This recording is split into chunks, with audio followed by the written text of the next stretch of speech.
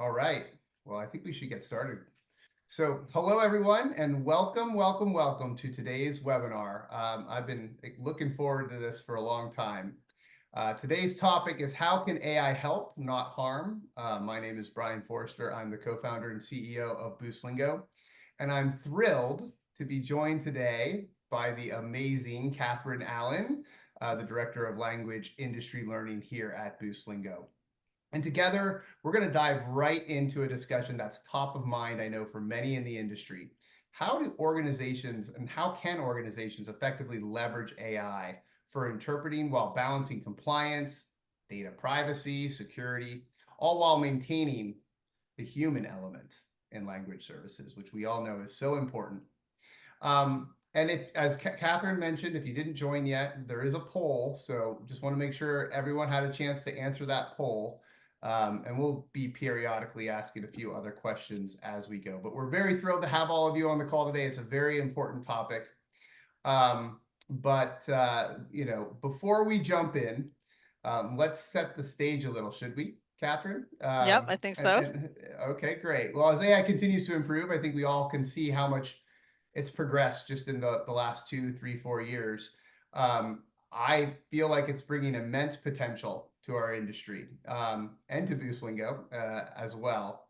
But I think it also raises the question about when it should be used and where the human element remains critical as we start introducing these AI components. And Katharine and I will take a close look at the decision-making framework behind AI implementation, compliance factors, and how this technology is shaping the future of language services.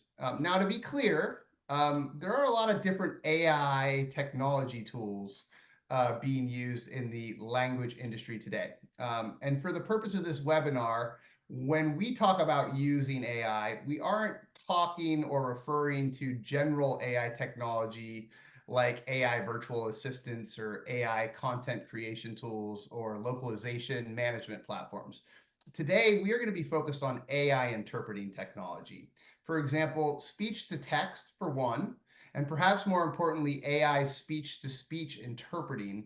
The acronym of SSI is becoming more commonly used technology. So when we talk about AI in this presentation, we're mostly talking about how it's being used in language interpreting use cases, which I think is an important distinction because, Katharine, as you know, when people talk about AI these days, they can mean a lot of different things. I think it's also worth noting, if I could just make a quick plug, Boostlingo already has a product like Boostlingo AI Pro that does some speech to text, right?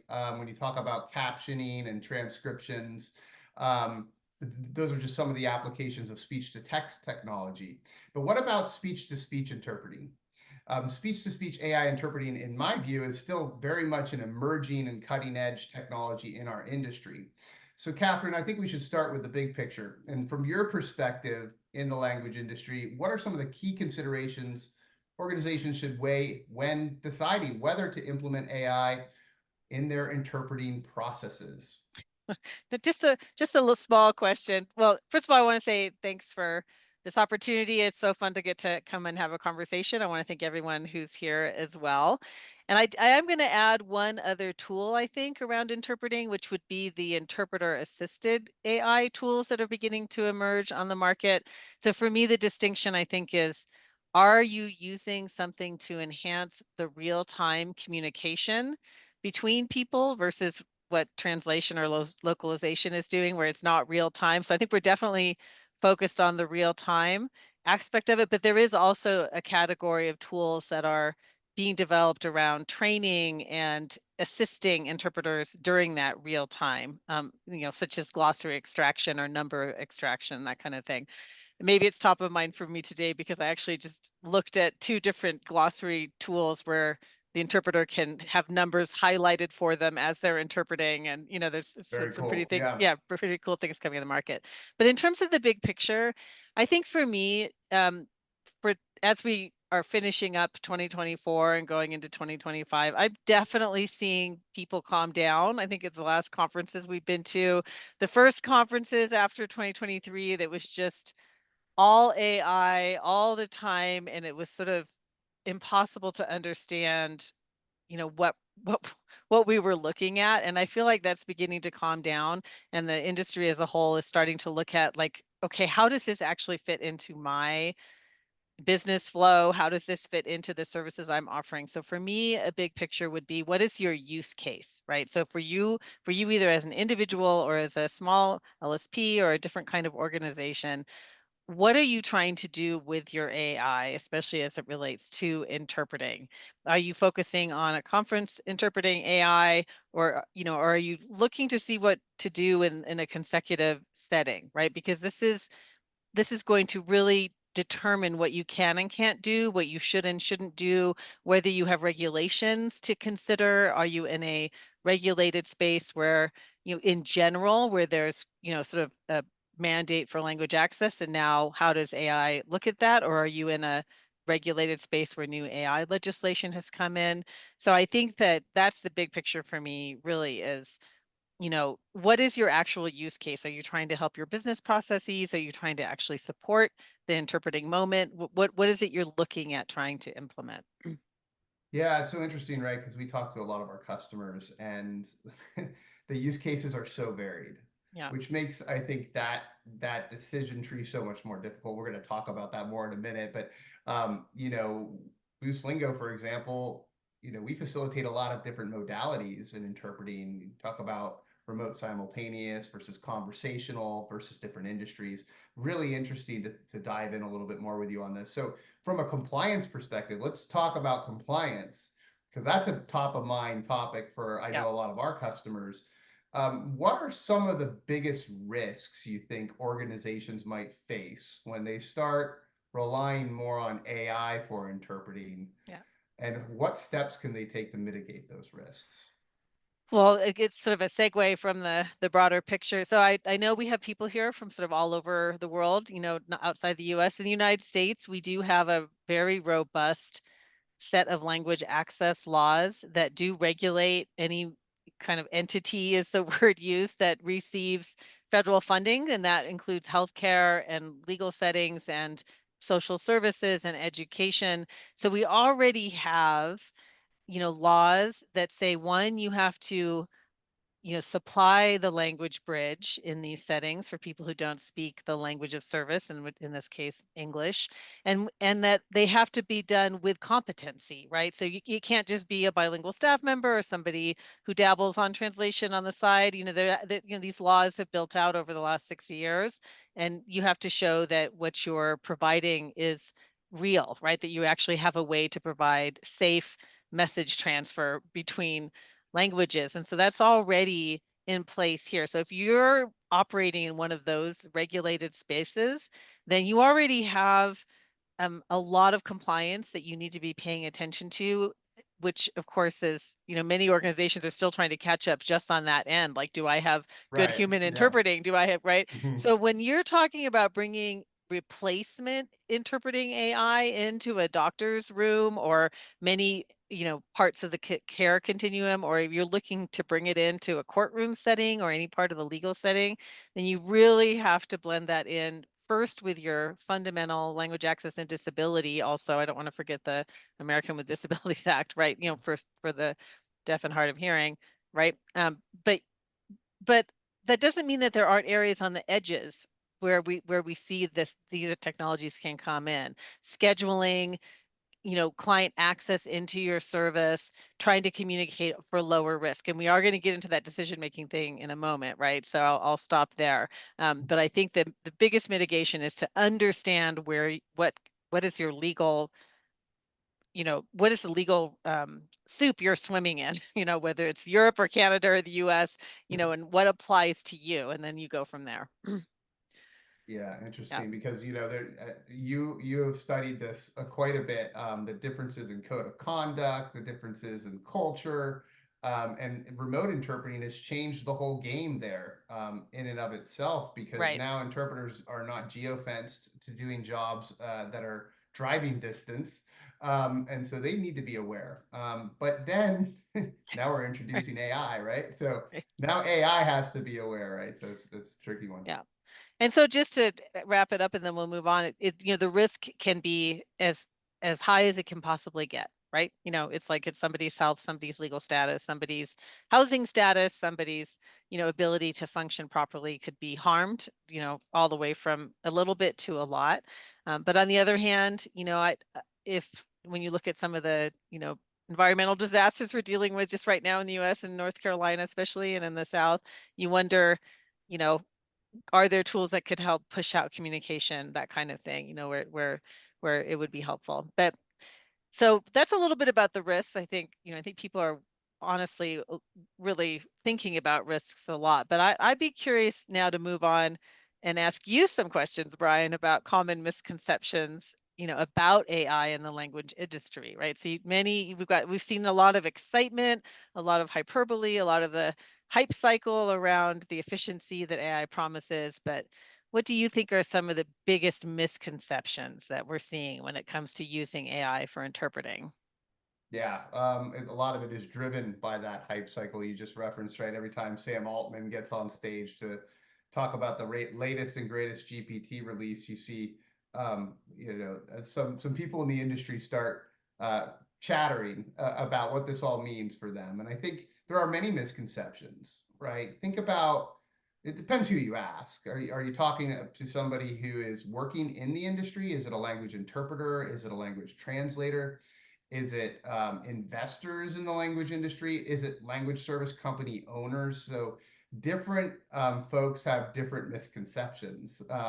But for example, I think one misconception in the interpreter and translator community, I think some of these folks think that AI is coming for their jobs.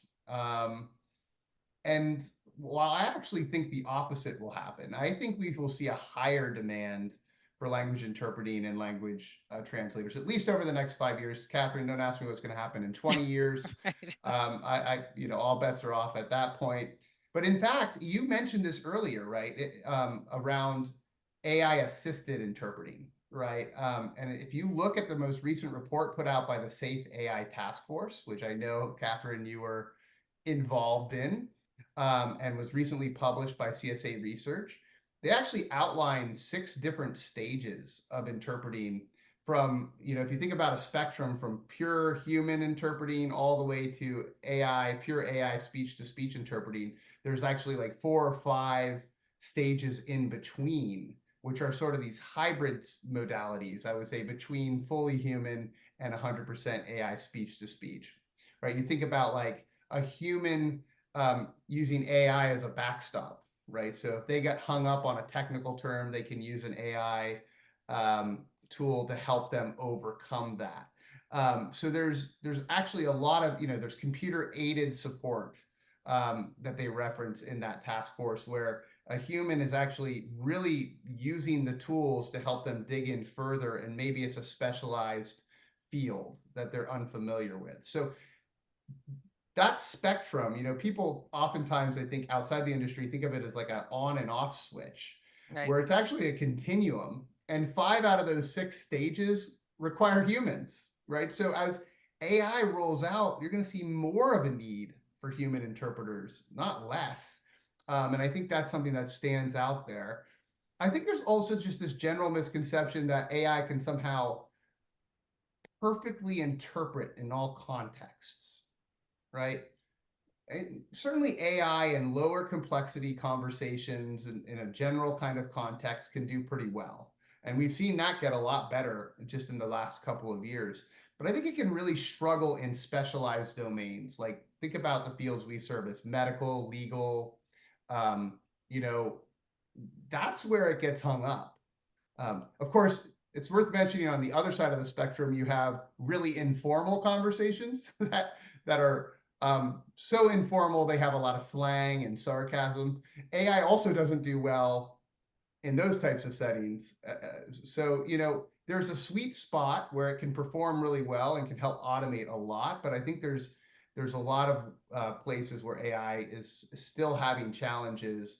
And I think if I could just add one more misconception, I think there's this general misconception that AI is impartial or unbiased in some sort Right. of way.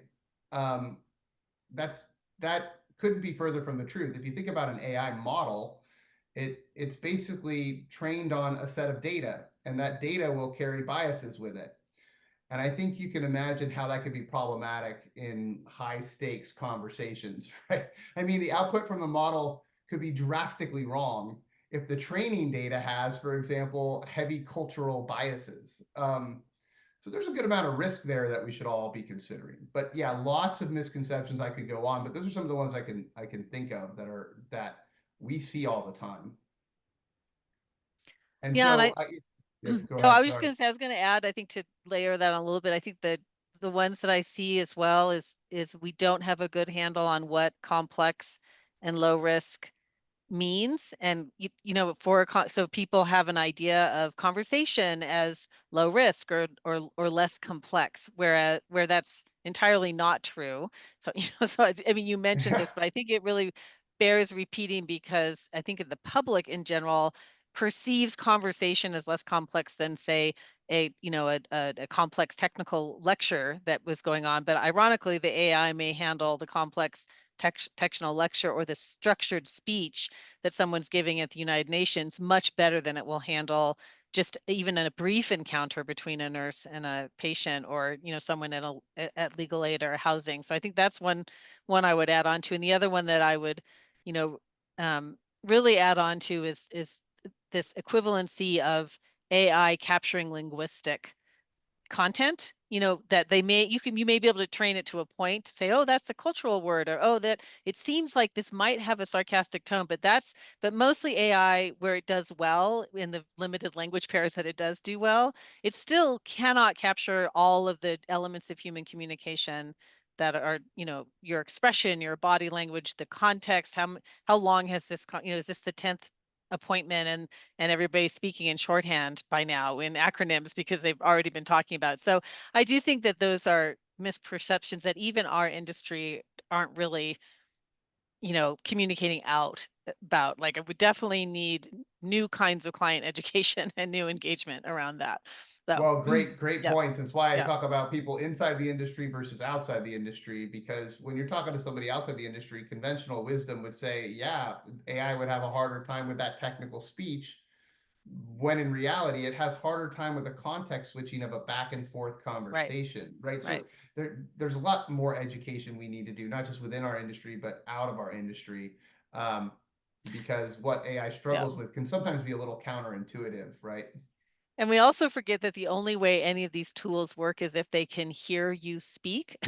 So, Yeah. so you also have to have an environment that's got good enough sound, that no matter whether it's a UN conference and someone's not using their headset and they've got a dog barking, or whether it's like some kind of social service where there's a lot of background noise. So these tools have there's a lot of things that have to be in place. They can be very useful, but they have to be used correctly, with the right guardrails in place. Yeah, no, completely. And just to kind of follow up on this, when it comes to interpreting in sensitive environments like healthcare or legal settings, it's really hard when we talk to our customers to know like where AI should play a role. And you've spoken to some of this already, but where in those particular specialized fields, because they're so important to Boostlingo and probably many people in the audience, where do you believe AI falls short? Yeah. And what role do human interpreters play in those specific scenarios? Well, I think we've gone through quite a bit of what falls short. I think the key piece that interpreting has not figured out that we need to figure out is that call for human oversight. So if you do a scan of, all of the both international, national, and even state level, regulations that are coming out, or the best practices coming out from places like, the American Bar Association, there are, there's sort of categories of areas that people want to put guardrails on, and so that the AI is used well. And one of those in is human oversight, is this requirement that the human is in the process and is overseeing it, especially in a sensitive environment. And I have asked at every single conference session I've been in for the last year and a half, especially with the AI, when I go to one of these sessions with a scientist, and I'll say, where do you insert the human oversight when it's real-time communication, right? And I think that we're starting to get glimpses of what that might look like. It's going to require a lot of, review and testing and monitoring, of tools, because of course you're not going to be able to have people overseeing what would be the point, right? The AI working in real Yeah. time as much, although you can in certain kinds of setting, you could have AI put in place and have interpreters, reviewing the captioning as they're going on, or that, and correcting. Um, for some kinds of settings.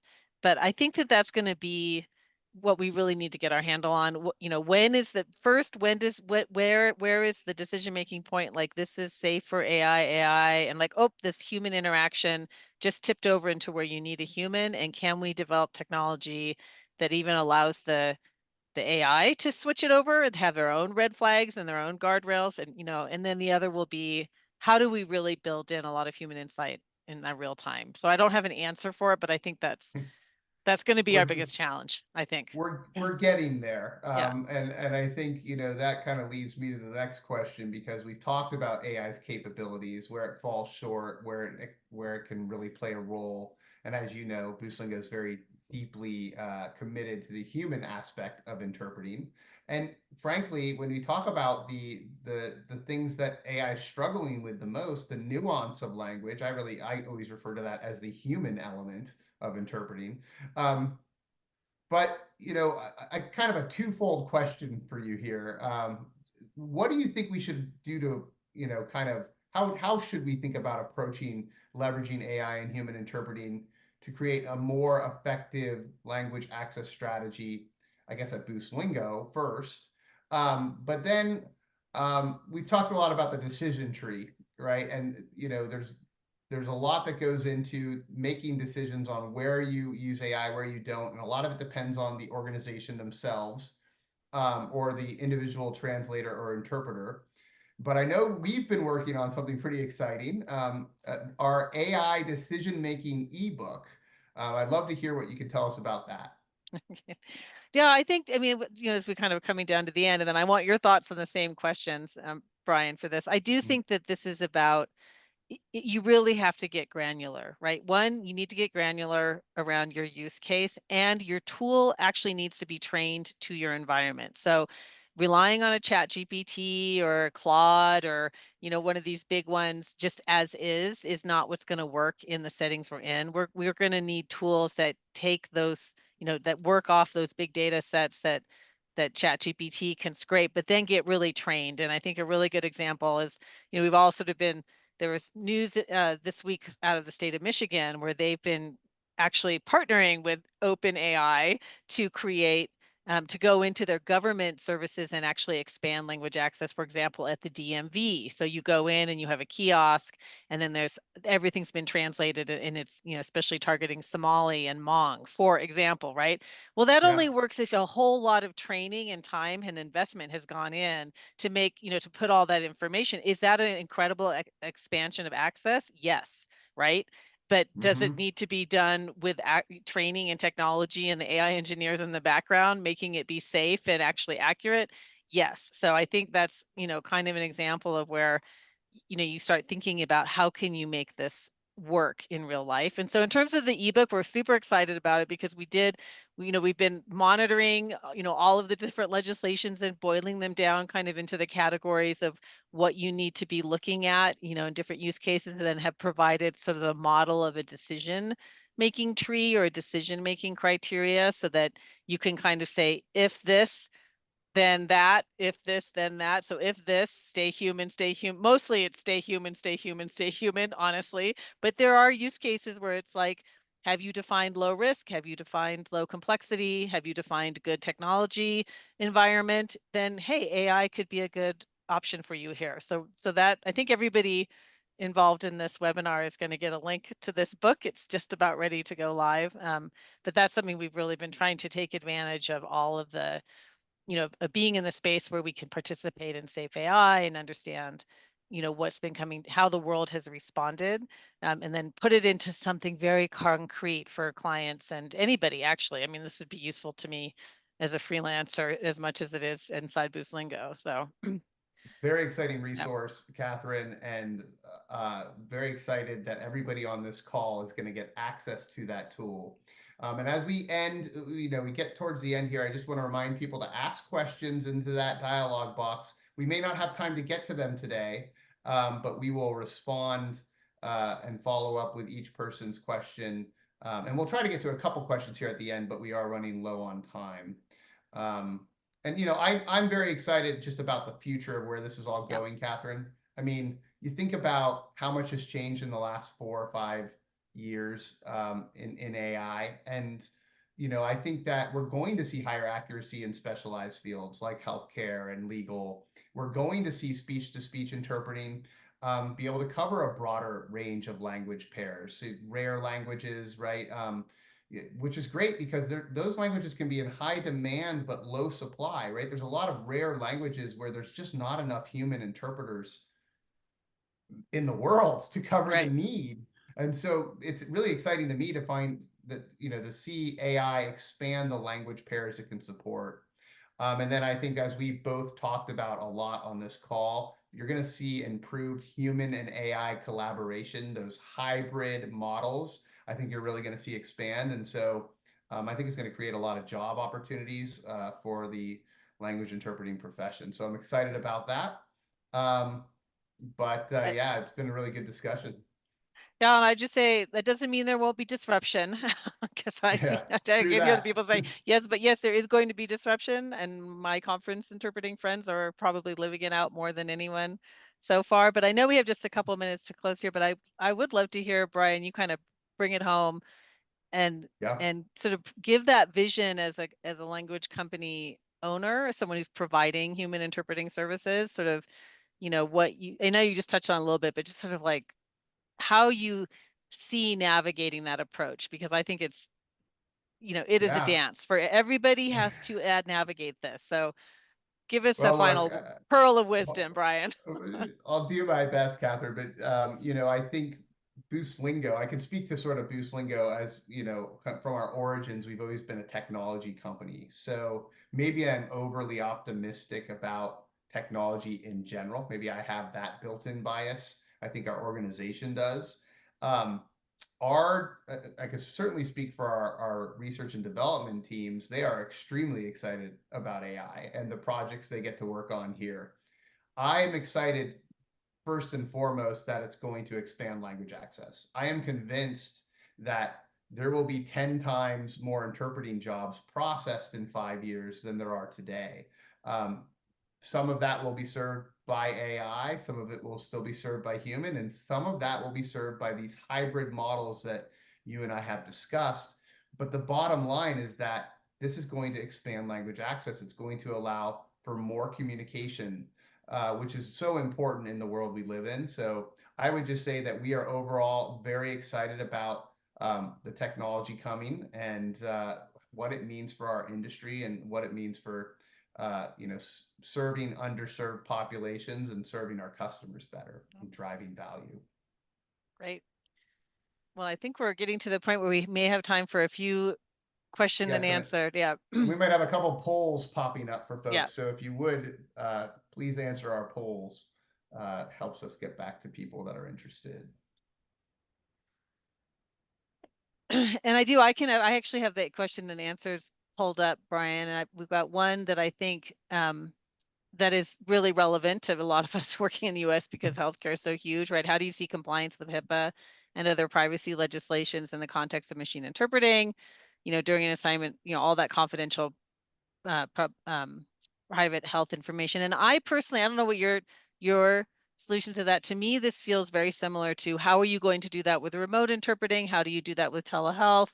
How do you do that with any of the other software solutions that have had to come in, where they themselves, you develop the back end ability to be compliant with HIPAA. And I just feel like that's going to be a big part of what people are doing in healthcare, is how to make AI HIPAA compliant and all the other law compliant. So to me, that feels like kind of a known process.